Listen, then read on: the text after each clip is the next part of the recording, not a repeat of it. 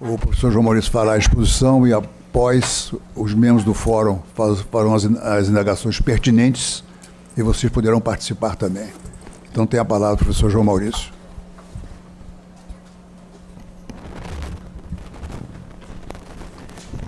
Caros e caras colegas, muito bom dia.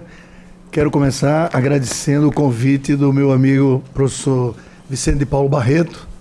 Somos amigos há décadas. Não vou dizer quantas, mas é muita gentileza de sentar aqui no Rio novamente e aqui na Emerge. Agradeço também aos funcionários que possibilitaram essas complicações de agenda.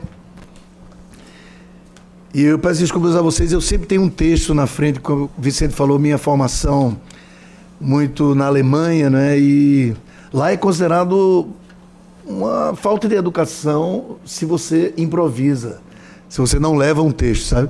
Não estou dizendo que eu vou ler o texto, mas eu me habituei com isso. Então, e é bom que a gente sempre produz um paper, né? Cada palestra termina virando um artigo científico-filosófico. Então, eu pretendo expor para você, nessa meia hora, né, 4 teses que, ao meu ver, descrevem essa sociedade que nós vivemos hoje, chamada de pós-moderna por alguns, e eu prefiro chamar hipercomplexa, pela formação que eu tenho na teoria de sistemas. E eu diria que a sociedade em que a gente vive, ela constitui o momento atual do que a gente chama as 4 revoluções midiáticas da civilização. Cada uma delas mais rapidamente surgiu. A primeira delas é a linguagem, né? Quando nós nos tornamos humanos. Nós, na minha formação retórica, né, nós consideramos que o homem é um animal que fala. O ser humano, o sapiens, se caracteriza pela linguagem. E não como na definição tradicional, um animal racional. Porque isso que se chama de razão, além de ser um conceito extremamente ambíguo e complicado de definir, varia muito de pensador para pensador. E eu diria que a razão, ou o que nós chamamos de razão, o logos, é uma parte ínfima do nosso ser. Nós somos, por exemplo, muito mais emoção do que razão. Então, definir o sapiens como um animal racional nos parece ressaltar indevidamente esse aspecto do logos, do nosso ser. Então, a primeira revolução nas mídias humanas é a linguagem. A segunda é o texto, o milagre do texto, né? Quando nós começamos a escrever. E até hoje vocês observam nas pessoas analfabetas que nós perdemos essa magia, nós que somos alfabetizados. Mas se você convive com pessoas analfabetas, você vê como ainda é grande essa magia do que é transmitir uma mensagem por meio de um aparato físico, como um pedaço de papel ou pergaminho. Então, a segunda revolução midiática, a invenção do texto, que já é bem mais recente, né, em relação à linguagem. A terceira, que é da idade do Brasil, é o livro impresso. Essas revoluções, colegas, não são ideias minhas, sabe? Isso é um grupo de pesquisa que nós temos na Universidade de Frankfurt, que parte exatamente desses 4 pontos. E o último, que é característica da sociedade hipercomplexa, é a internet, que nós nem imaginávamos. Quando eu tive o meu primeiro computador, só apagar o texto, sabe? Porque minha dissertação de mestrado, turma, é uma das vantagens. A velhice tem seus encantos. Não? E a minha dissertação de mestrado era uma máquina de escrever pé duro. Como o meu professor não permitia o menor deslize, quando eu chegava na última linha, se eu errasse, tinha que bater tudo de novo. Minha tese de doutorado já foi com a máquina Praxis 20, que tinha um apagador, uma fita apagadora, que eu achava que era a maior revolução tecnológica do mundo, não? E quando apareceu, aí eu já era professora, quando apareceu o computador, Eu disse, pronto, agora não vamos passar daqui. E hoje a gente vê que o computador não é nada em comparação com o que ele foi apenas um meio para, que é a internet, né? Essa revolução que a gente nem sabe ainda onde vai dar. Internet das coisas, né? Daqui a pouco estaremos transportando objetos, textos, fotos e filmes já a toda hora, né?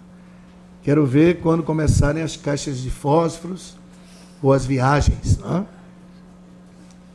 Muito bem. Então, as 4 teses para enfrentar essas 4 revoluções midiáticas, que é o meu tema principal, são as seguintes. Primeiro, a sobrecarga que eu chamo do texto. O texto a civilização passou a exigir do texto funções que ele não pode desempenhar. Aí eu chamo isso sobrecarga do texto. A segunda, a sobrecarga do direito. O direito nunca foi tão importante como é hoje no mundo, sabe? Porque ele se tornou o nosso único ambiente ético, comum a todos. Porque a moral e a religião, que ainda tem sua importância individual, desapareceram da esfera pública. Porque cada um de nós tem uma moral e uma religião diferentes. Então a religião não consegue mais ser o elo de conexão entre os seres humanos, funções que ela já desempenhou no passado. Então o direito, porque é coercitivo, passa a ser o único ambiente ético do qual ninguém pode fugir. Em terceiro lugar, eu chamo a sobrecarga do poder judiciário, né?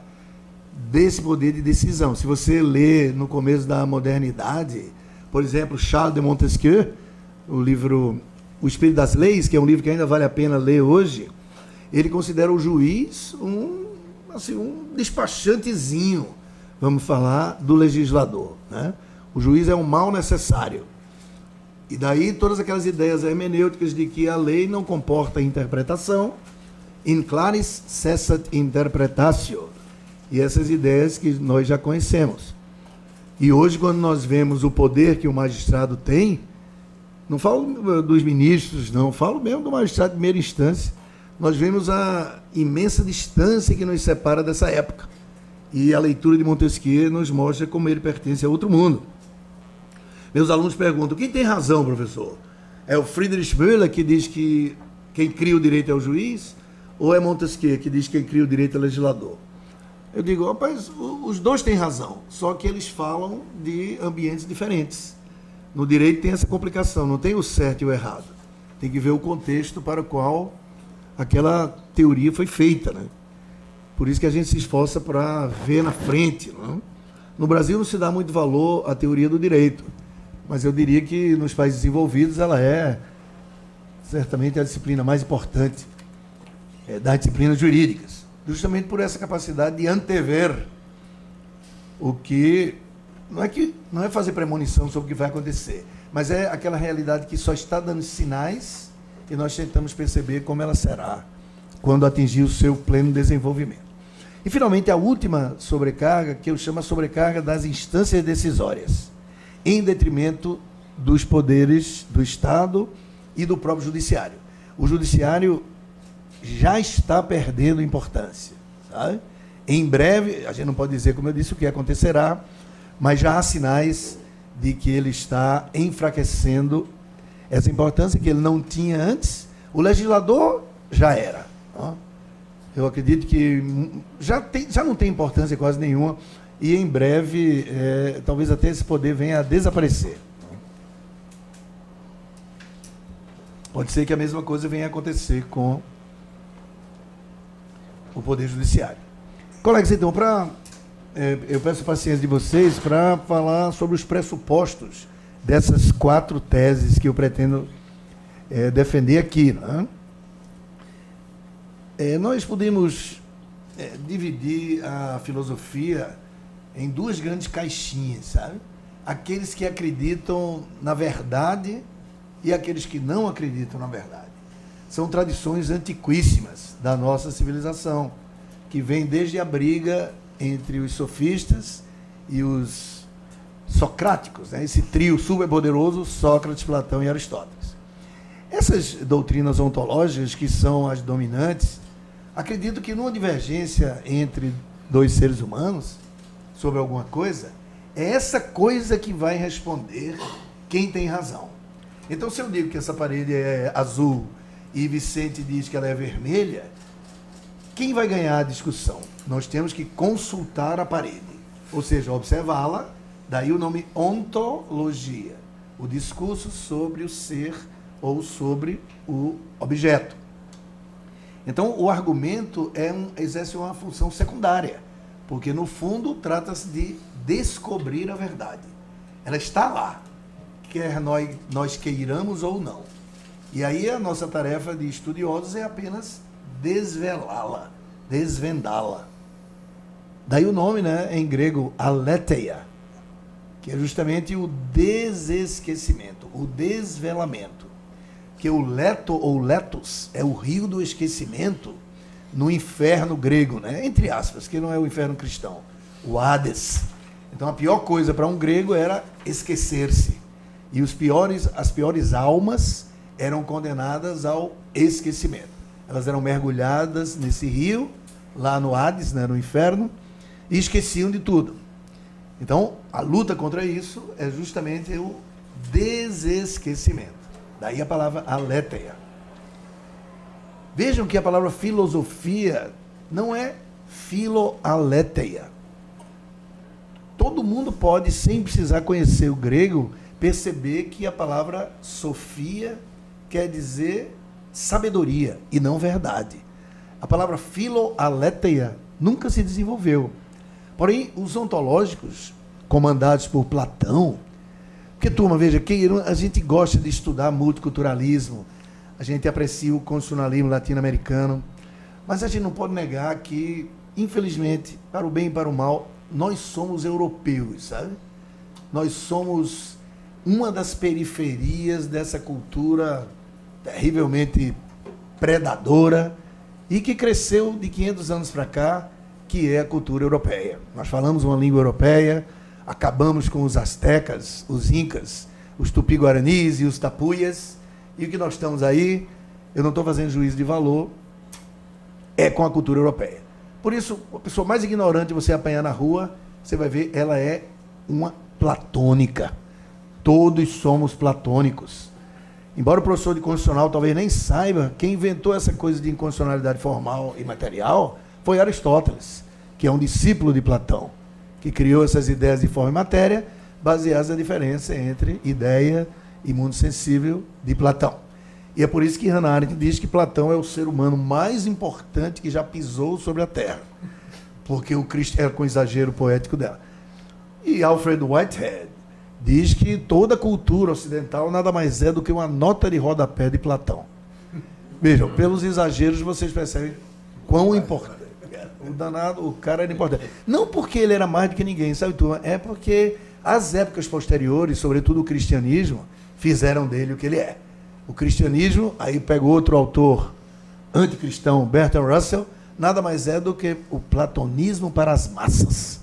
Como Platão é muito difícil, Paulo de Tarso, inteligentemente, reduziu Platão assim a um lero-lero, e isso se transformou na doutrina cristã.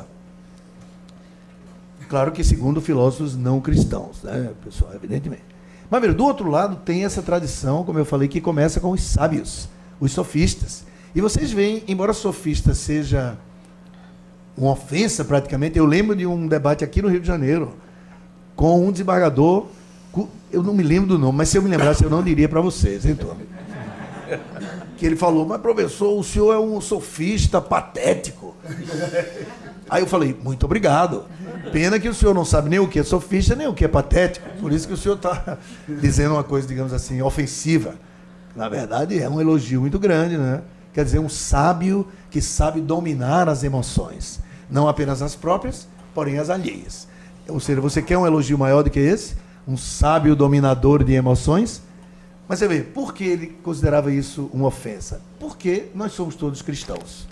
E para os platônicos, ser sofista e ser patético é uma ofensa terrível. Mas isso não é da essência do conceito. Então, filósofo quer dizer aquele que ama a sabedoria. E os primeiros grandes filósofos são os sofistas, que os platônicos e aristotélicos simplesmente ou praticamente exterminaram da nossa cultura. Por bem, eu sou dessa linha, que não é uma linha da moda, que é uma linha mais antiga do que a própria filosofia, porque a retórica e a sofística têm suas origens antes dos pré-socráticos, sabe? De Tales, sabe aqueles de que a gente só ouviu o nome? Heráclito, Parmênides, Tales, Anaximandro, Anaxágoras, são chamados pré-socráticos, na verdade pré-platônicos. Esses são posteriores aos primeiros sofistas, não é? Que a filosofia nasceu na Sicília, aquela ilha grande ao sul da Itália. E eu me filio a essa tradição. Então, o que eu vou dizer para vocês não é a verdade, é uma maneira de ver as coisas que admite um monte de críticas. A retórica é uma filosofia extremamente modesta, sabe, colegas? Por um lado. Por outro lado, ela também não é fácil de convencer, porque um sofista jamais vai atrás de uma conversa baseada na verdade dos fatos. Eu fui educado com a minha mãe me dizendo: que é isso, meu filho? Contra fatos não há argumentos. E aos 12 anos eu já dizia: essa sua frase significa que você quer que eu seja tolo o suficiente para achar que a sua versão dos fatos é aquilo que todo mundo deve aceitar. Então, contra fatos não há argumentos é uma contradiction in terminis, porque isso que você está chamando de fato nada mais é do que um relato, ou seja, um argumento. Então, não é fácil enganar essa tradição que, como a palavra sofística é muito carregada, sabe, colegas, nós preferimos chamar retórica, que também é uma palavra carregada contra si, há muitos preconceitos, mas é menos cheia de preconceitos do que sofística. Daí eu ter contado essa história do desembargador, ainda mais aqui no Rio de Janeiro, né, onde eu estou. Mas a verdade, sabe, colegas, ela é uma ilusão altamente funcional. Os psicólogos da cognição estudam isso. Por que os seres humanos são tão chegados a... Isso é verdade, isso não se discute mais, ponto final.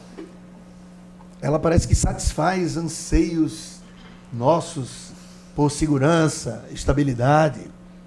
Na verdade, olha, eu já falando, na verdade, nem eu consigo me livrar. Vivo me exercitando, mas não consigo. A verdade é uma invenção da matemática que foi trasladada primeiro para a física, porque os gregos primitivos observaram que a natureza parece que sabe matemática. Se eu fizer as contas corretamente, a ponte Rio-Niterói permanece de pé. Se eu errar nas contas, ela cai. Então, a natureza sabe matemática. Veja, isso não é um truísmo, não. Isso é muito duvidoso. Mas o ser humano é tão aferrado a essas ideias que... Vocês sabem que a NASA tem um programa que manda para o espaço cálculos matemáticos na assunção, na presunção de que, se houver um ser de luz em Sírio ou um baratão em Alfa Centauro que sejam racionais, eles vão compreender que o quadrado da hipotenusa é igual à soma do quadrado dos catetos. Tom. E muitos filósofos dizem que a matemática subjaz a todo o universo. Se houver qualquer ser inteligente em qualquer lugar, essa infraestrutura matemática que está por baixo da física, ou seja, do universo, da physis grega, da natureza, será compreendida por sua razão. Isso é muito duvidoso. E depois, aí é que veio o tiro fatal e a vitória das ontologias, o traslado da física para a ética. Aí é que foi o problema, sabe, Tô? O nascimento da intolerância é o traslado indevido da ideia de verdade da matemática, que é uma loucura do cérebro humano, para nós retóricos, para a natureza, e da natureza para a ética. Ou seja, só o meu Deus é verdadeiro, o seu é falso, logo você é do mal e você deve ser perseguido, perseguida. Não é? O monoteísmo, ou os monoteísmos, são os pais da intolerância. Muito bem, então vejam lá. 4 revoluções midiáticas, 4 teses, 2 maneiras de ver o mundo, que é uma extrema grosseria que eu estou fazendo aqui, né, colegas? Que é 2 caixinhas apenas. Ou você é ontológico, ou você é retórico. Claro que entre os ontológicos há 1 milhão de subcaixinhas divergentes, como Dworkin, Habermas, Alexei e tantos outros. E na caixinha dos retóricos também há um monte de subcaixinhas, como o desconstrutivismo, o estruturalismo, o nominalismo, o ceticismo e por aí vai. Mas como não dá para a gente falar disso, né, nesse escasso tempo, eu fiz essa grosseria de 2 caixinhas. E agora, eu diria para vocês, para que serve a filosofia? Puxando para o nosso lado, a filosofia do direito. Também tentando simplificar, porque eu sei que vocês não são profissionais da filosofia, embora tenham interesse na matéria, senão não estariam aqui, não é? Aguentando essa minha conversa. Então, o primeiro problema da filosofia diz respeito ao conhecimento. É como detectar o que é direito e o que não é. Separar direito dos outros fenômenos. Tradicionalmente, os mais próximos são moral, religião, etiqueta, mas é também um problema do conhecimento do direito separar o direito da natureza, não é? Ou da lei da causalidade, ou. Toda vez que eu vou separar o direito de outros fenômenos, eu estou perguntando o que é direito, né? Quid iuris, como disse Kant. A segunda questão da filosofia trata do aspecto ético do direito. Se a criação, a interpretação e a aplicação do direito estão à disposição de quem governa, ou seja, estão à disposição do poder, ou se há normas, instâncias superiores a esses poderes, às quais esses poderes têm que se conformar. Habermas não gosta de ser chamado de juiz naturalista, mas se eu fizer essa grosseria conceitual e disser: quem acredita que há uma instância superior ao poder positivo, acredita no direito natural, Habermas seria um juiz naturalista, assim como Alexei, porque eles não aceitam que o poder possa fazer com o direito o que o poder quiser. Do outro lado, nós temos Kelsen, que tem um livro maravilhoso que eu aconselho a todos, O que é Justiça, um livrinho fininho, que é a posição contrária. Ou seja, o direito está à disposição do poder. Só o poder pode limitar o poder, ou, resumindo, manda quem pode, obedece quem tem juízo. E a terceira questão da filosofia é uma questão metodológica, que eu acho particularmente importante no Brasil. Como é que um especialista, um professor, um velho sábio deve proceder? Ele deve descrever como o direito é, ou pelo menos como o direito parece a ele que é, ou ele deve dizer às demais pessoas como o direito deve ser, sabe?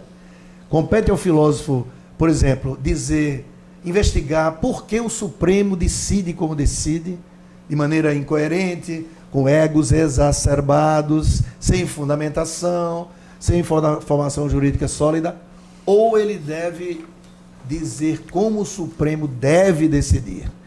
Ou seja, o Supremo tem que soltar Lula ou o Supremo tem que deixar Lula preso. O que é que compete ao estudioso da filosofia? Descrever o mundo ou prescrever como o futuro do mundo deve ser? Porque a filosofia tem essas duas posturas. Eu começo pela terceira questão dizendo para vocês que as duas posições são legítimas e há filósofos para ambas.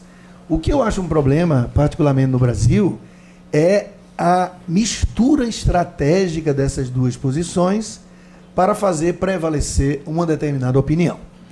Então, o conselho que eu dou a vocês que já são profissionais, adultos, mas também a meus alunos jovens, é tentar detectar no orador se ele está sendo descritivo ou normativo.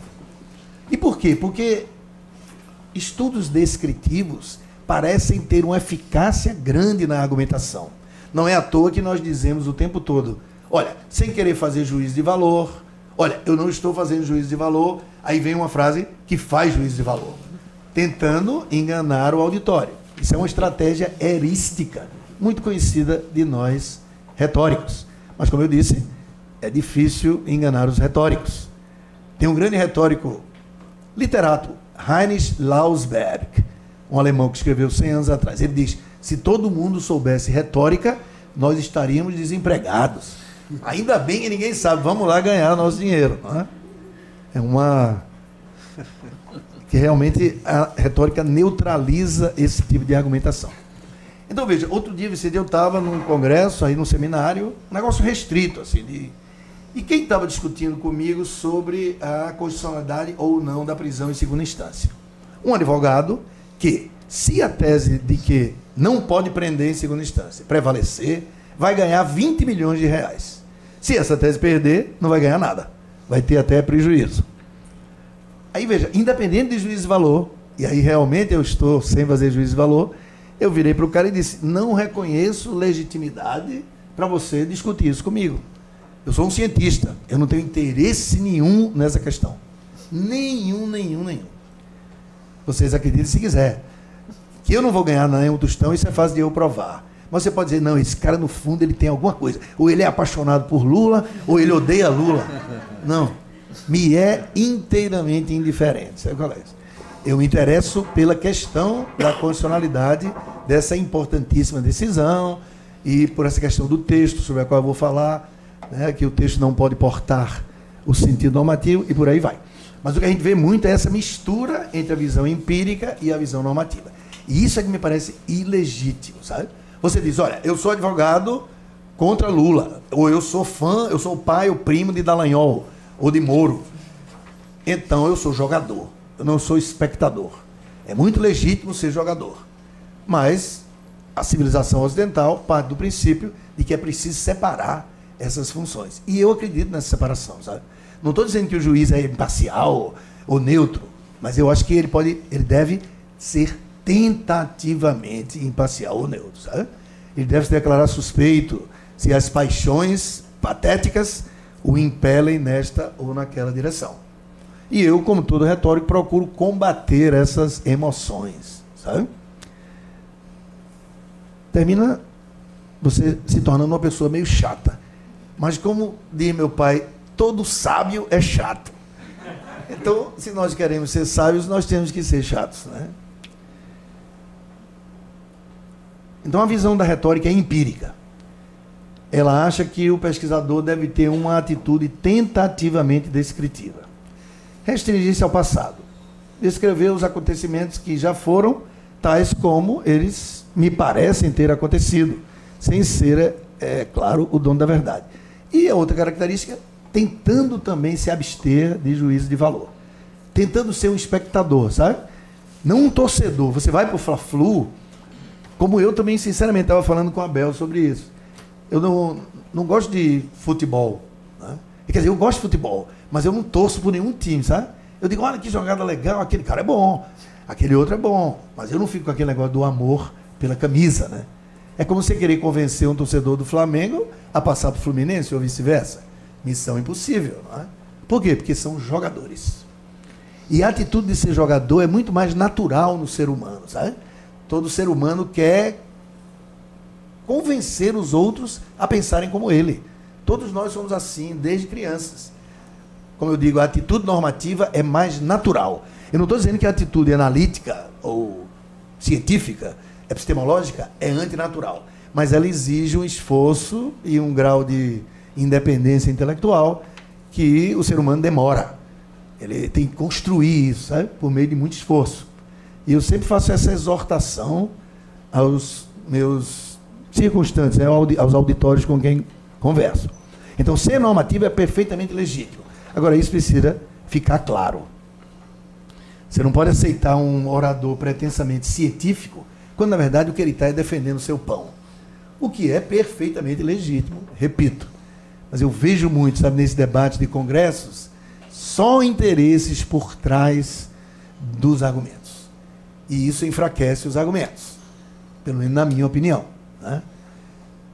Só no Brasil, Vicente, a palavra, nessa confusão toda política, né, essa divisão de facções, a palavra isento passou a ser uma ofensa. É verdade. Esse cara é um isentão. É verdade. Aí eu digo, é igual a sofista patético. Muito obrigado. Poxa, eu sou isento. Poxa, obrigado. Não, mas já vem o aumentativo, né? É um isentão. Ou um isentinho. Já para...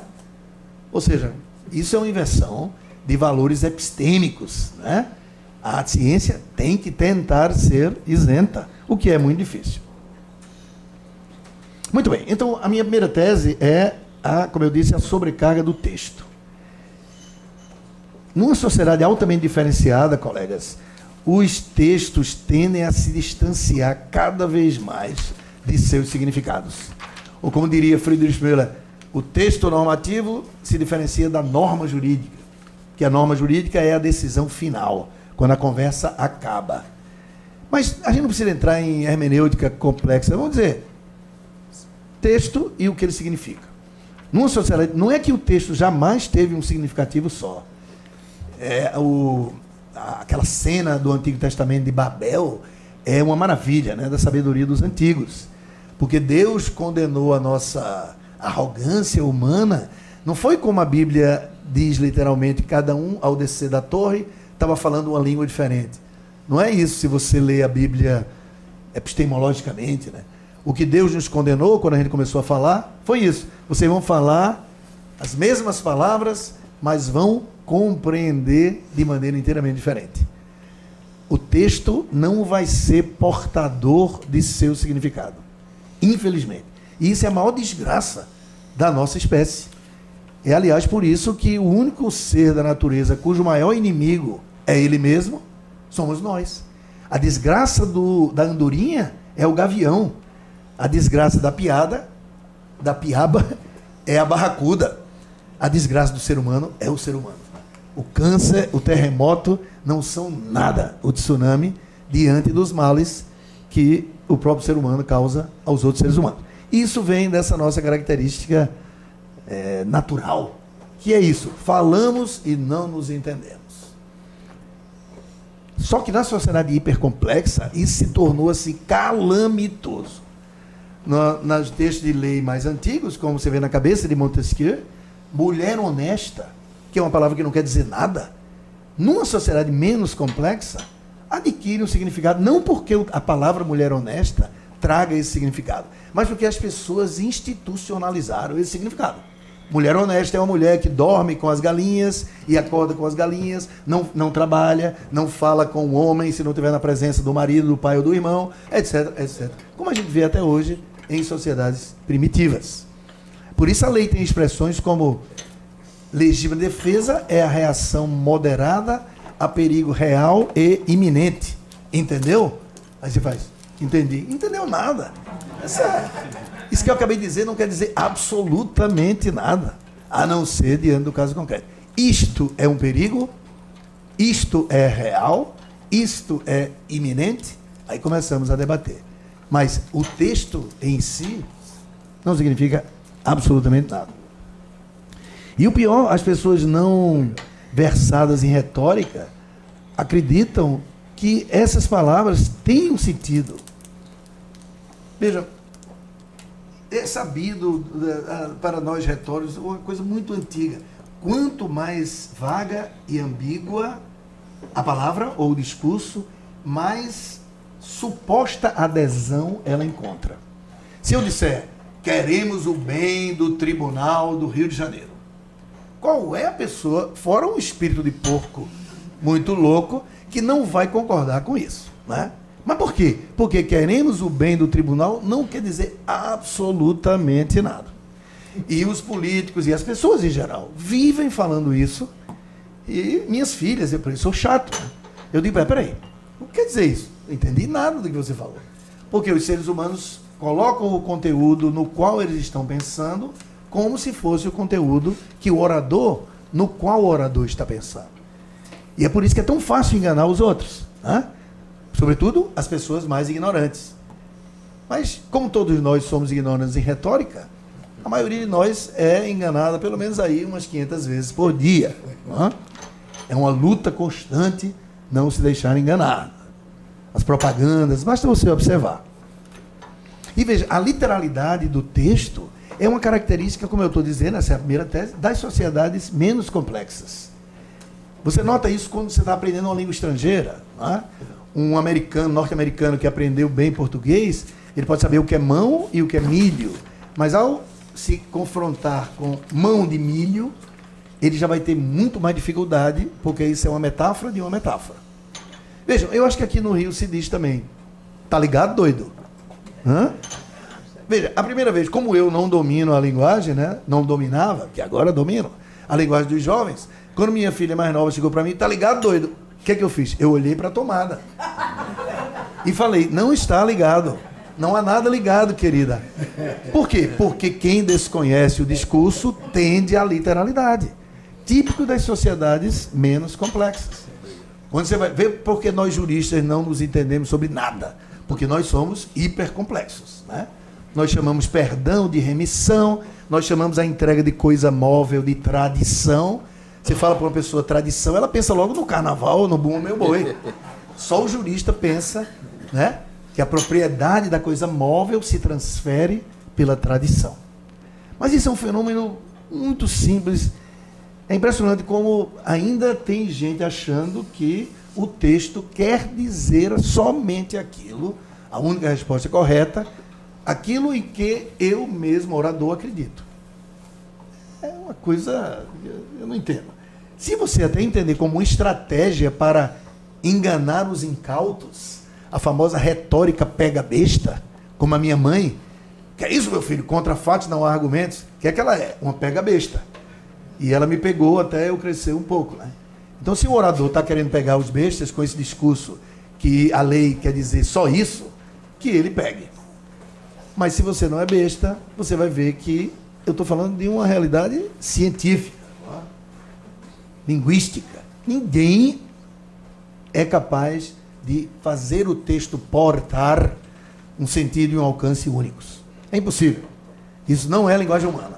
Só se houver outro tipo de linguagem. Tem um filme bacana, A Chegada. Você viu? Bem filosófico, né? Porque os ETs, aí já é mais parecido com o que eu penso. Os ETs, quando chegarem aqui, eles não vão saber que o quadrado da hipotenusa é igual ao quadrado dos catetos. Isso é uma doideira da cabeça humana. Pelo menos essa é a minha suposição, minha premonição. Só vamos saber quando eles chegarem, né?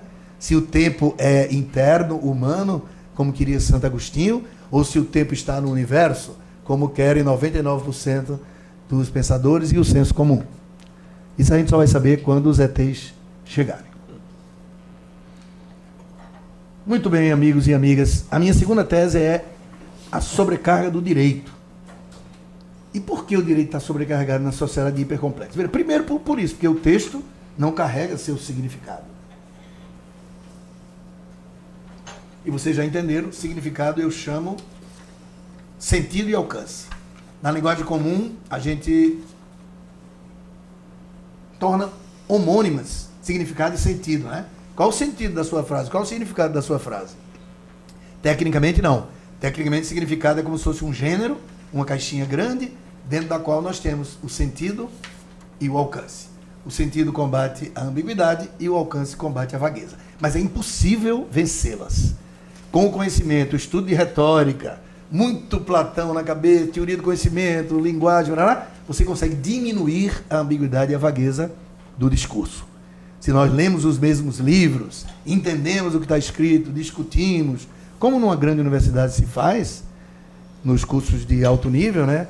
Aí é possível reduzir muito a ambiguidade e a vagueza, mas jamais ultrapassá-la. E no sentido comum, contra fatos não há argumentos, é só ambiguidade e vagueza. Queremos o bem do Tribunal do Rio de Janeiro Então, como eu disse a vocês, a religião e a moral desaparecem do mundo público. E o justo passa a ser aquilo que o direito diz que é justo. O texto passa a significar aquilo que o direito diz que é direito. Veja, Dilma cometeu o crime de responsabilidade fiscal. Isso é uma questão que só os leigos debatem, não é? Porque o jurista sabe que o procedimento vai dizer o que ele quiser, entendeu? Porque crime de responsabilidade fiscal é um texto. E esse texto infelizmente, repito, infelizmente, não tem nenhum conteúdo próprio.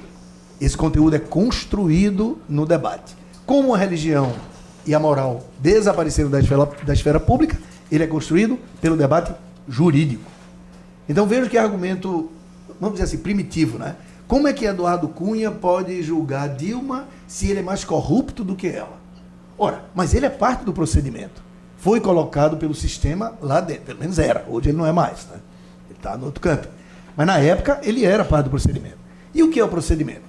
Justo, certo, científico, é aquilo que as autoridades competentes, por meio do rito de elaboração, dizem que é justo. Isso é a solução da modernidade para essas desavenças de conhecimento e de ética que caracterizam a sociedade hipercomplexa. Sabe, turma, é como se eu fizesse aqui, quem é contra e quem é a favor do aborto? Que é uma pergunta pré-moderna. Aí você daqui dizem, sou a favor. Você daqui dizem, sou contra. E você, para mim, né, procedimentalista, você é contra ou a favor? Eu digo, rapaz, vocês são farinha do mesmo saco. Eu não sou nem contra nem a favor. Eu apenas vou designar esse grupo de seres humanos, ou este ser humano apenas, que nós chamamos de competência da autoridade, e vou designar o rito pelo qual essa autoridade vai decidir. E mais ainda, vou designar, depois de decidir que o aborto é crime, um procedimento e uma autoridade que podem desfazer isso e daqui a um tempo, por meio de outro procedimento, dizer que o aborto, que era crime, não é mais crime. É assim que a união homoafetiva é família, não mudou nada no texto, não mudou nada no problema. São dois homoafetivos que querem a proteção do Estado, muito justo. Mas o que é que mudou? O significado dessa relação. Fontes do direito, a Constituição e o Código Civil, problema juridicamente relevante. Dois seres humanos do mesmo sexo que querem ser reconhecidos como entidade familiar. Resposta do sistema, em 2002, isto não é família. Resposta do sistema, em 2011, isto é família.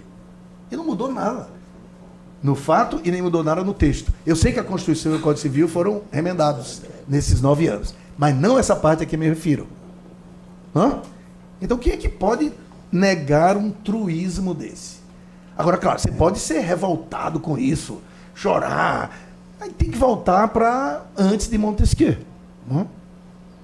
Ou talvez o mundo do futuro, porque eu também não quero fazer premonição, volte a ser um mundo textual em que o texto se caracteriza por uma única significação. Então é isso, colegas, o procedimento institucionaliza a mudança e sobrecarrega o direito. Ou seja, Kelsen triunfou sobre Habermas e Dworkin. E veja, se você quer advogar, eu sempre pergunto isso aos meus alunos, você quer trabalhar com o direito positivo e quer um pouco de filosofia para auxiliar nisso, não vá ler Habermas e Dworkin e Alexis. Não vá, não serve para o nosso trabalho. Isso serve se você quiser ser normativo.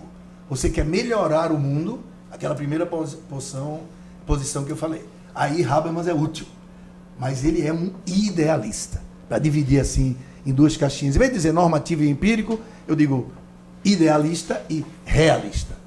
E o trabalho do advogado, vocês sabem, Alex tem uma regra lá que diz que o discurso só é racional se você acredita naquilo que você diz. O constrangimento da sinceridade. Aí eu pergunto se isso não é ingênuo. Qual é o advogado, o magistrado, né, o servidor que só fala aquilo em que ele acredita? Porque isso também tem a ver com o cristianismo, sabe, amigos? Eu ensino isso às minhas filhas. Veja, a hipocrisia é uma coisa boa, não é uma coisa ruim. Se quer chegar para mim, ô seu hipócrita, eu vou dizer, puxa, muito obrigado. A coisa mais intolerante do mundo é a sinceridade. Eu quero saber da sua opinião. Você vai, bom dia, como você me dá bom dia se o rio está cercado pela miséria, seu alienado? Calma, rapaz, eu não estou perguntando bom dia, eu estou dizendo bom dia como se fosse... Aí você vai... Que é, né, a gentileza, a sutileza que caracteriza o ser humano civilizado, que é o ser humano hipócrita. Né? Cortesia vem da corte, né? Mas o cristianismo, hipocritamente, como toda grande religião sabida, colocou tudo no mesmo saco, né? Mentira.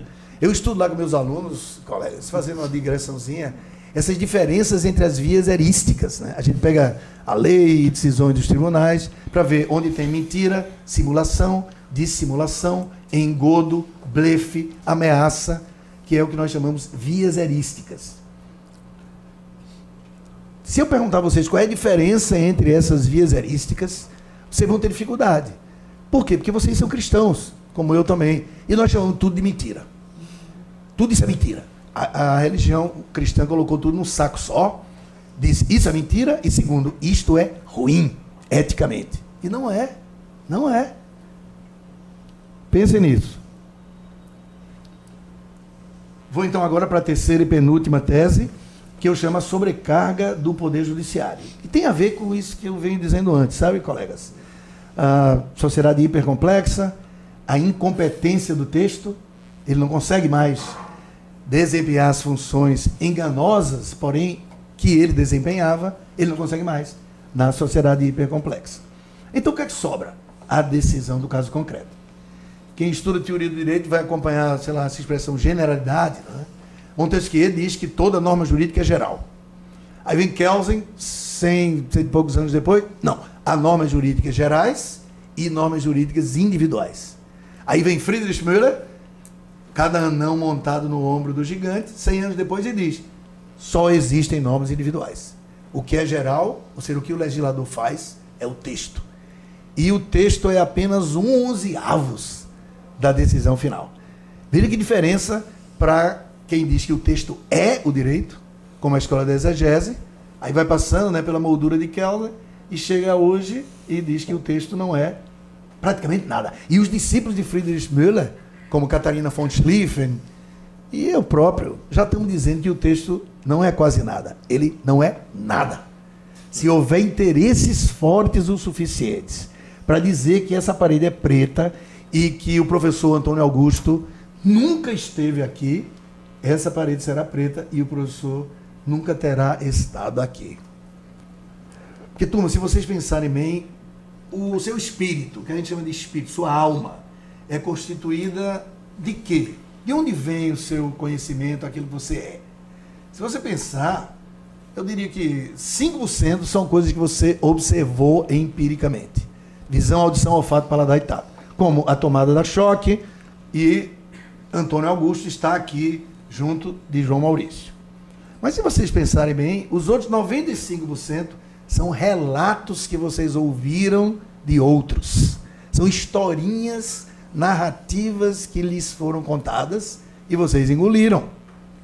Como os buracos negros, né? Como a lesma que faz a fotossíntese, ou como se Plutão é um planeta ou não. Só para falar no que a gente acha que é ciência, né? Imagina se a união homoafetiva é família. E vejam que esses 5% que vocês perceberam empiricamente, visão, audição, olfato, paladar e tato, todos os teóricos do conhecimento e cientistas já mostraram que não tem garantia nenhuma. Ou seja, todos nós somos apenas um feixe de textos, feixes de relatos, de historinhas, sabe? Que algumas entram em contradição. Por exemplo, sua mãe acha você lindo e a sua ex-namorada acha você horroroso. Aí, esses dois relatos entram em conflito e vamos ver quem ganha. E no fim você vai ser uma bonitona ou nem tanto. Vai depender, né, do relato vencedor, que é a maneira como nós retóricos chamamos o mundo real. Então, o judiciário se torna extremamente importante porque é ele quem diz, no caso concreto, o que o texto significa. Então, ele disse, isto, caso concreto, união homoafetiva, não é entidade familiar. E depois de 9 anos, isto é entidade familiar. E assim vai. Né? Pode prender em segunda instância? Não. Depois, pode. Né? Em 2006, mudou a concretização. Agora, hoje, pode ser que mude de novo.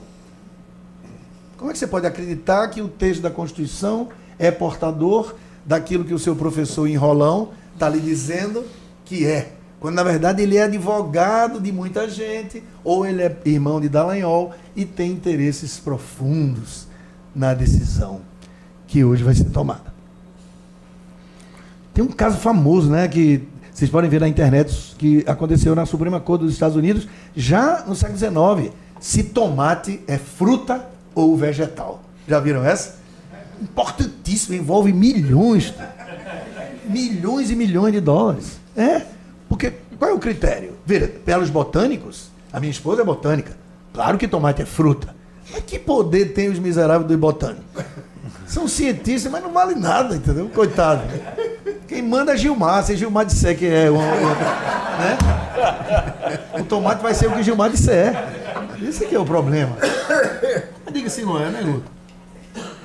E esse caso é famoso porque havia argumentos. Não, você come na salada junto com o pepino, então é vegetal.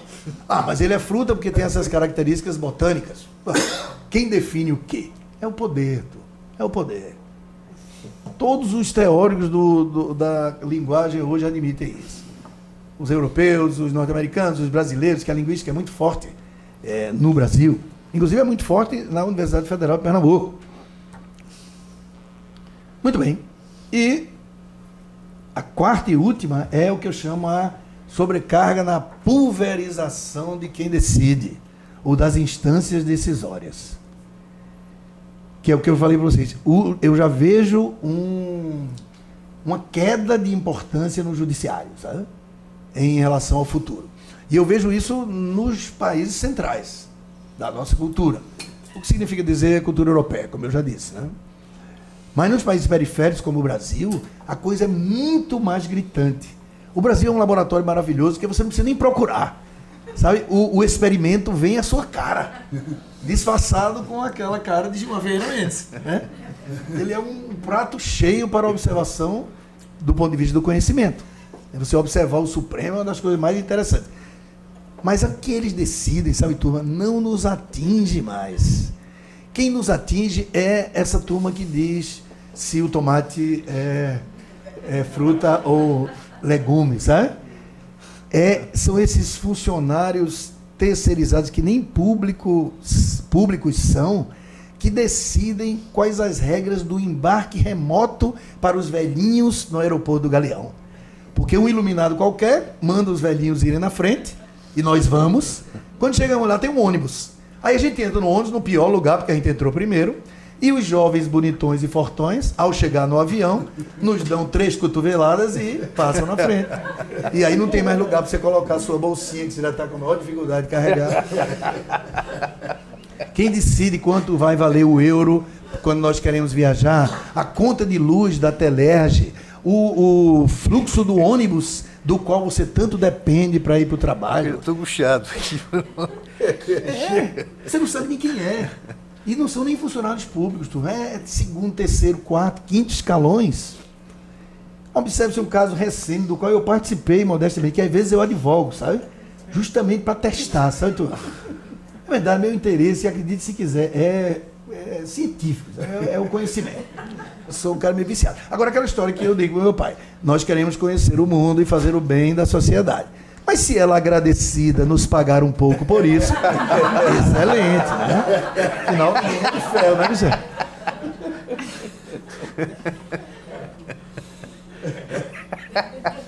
Então, meu colega, eu só tenho filhas, né? E que danado é Crocs?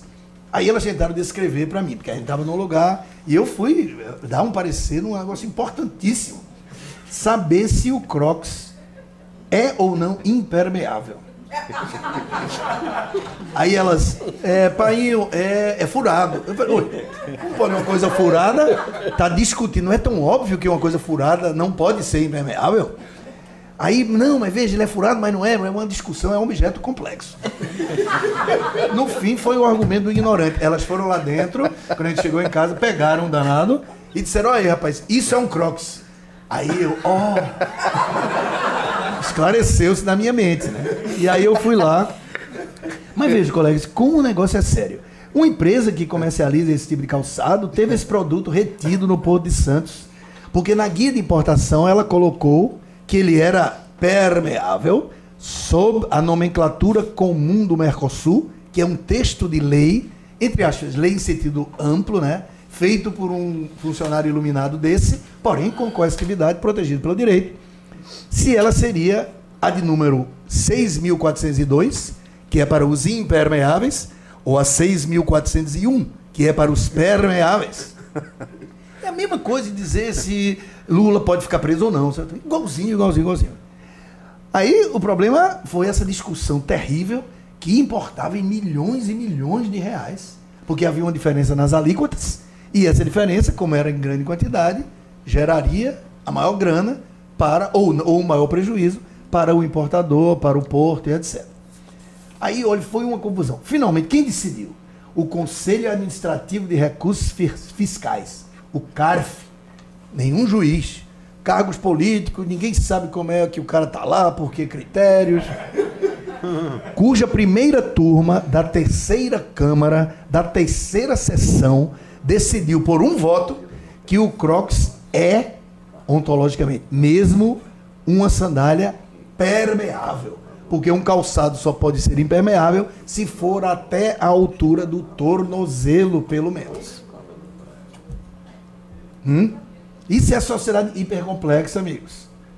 Sabe, os comportamentos sexuais, a Paraíba, a Federal da Paraíba tem um grande curso, doutorado em Direitos Humanos, e tem um colega que estuda esses comportamentos sexuais.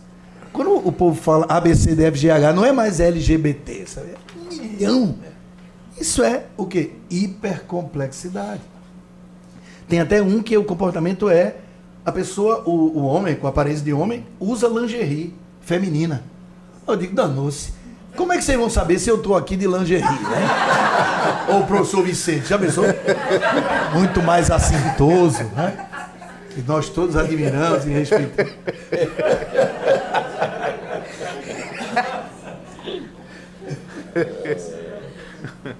Então, colegas, quando a gente diz que a linguagem constitui a realidade, e daí também o direito, a gente quer dizer isso mesmo, sabe? Literalmente. Qual é a solução para isso? Veja, toda interpretação é possível e o texto é arbitrário? Sim, infelizmente. Qual é essa solução que as grandes universidades que pesquisam nessa área estão tentando? É a institucionalização dos significados do texto. A jurisprudência é, só para dar um exemplo mais simples para vocês, uma dessas tentativas, sabe?